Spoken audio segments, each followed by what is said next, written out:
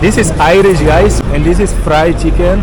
Like this one, for one piece is 2K, and from this side, one piece is 3K. So this is like chicken fry, Ugandan street food. The first bite.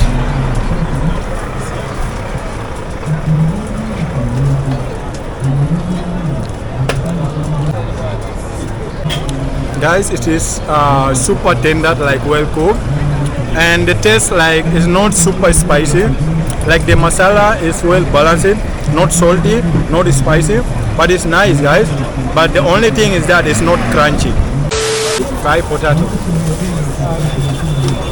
This is how it look like. I don't know from where to start.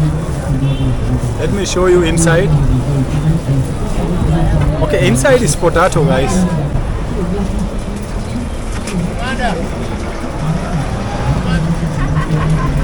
I don't know, they coat it like the outer part, what is it made of, but anyway, inside is just a potato. It's nice, and this is only 1K, like 1,000 Ugandan shilling.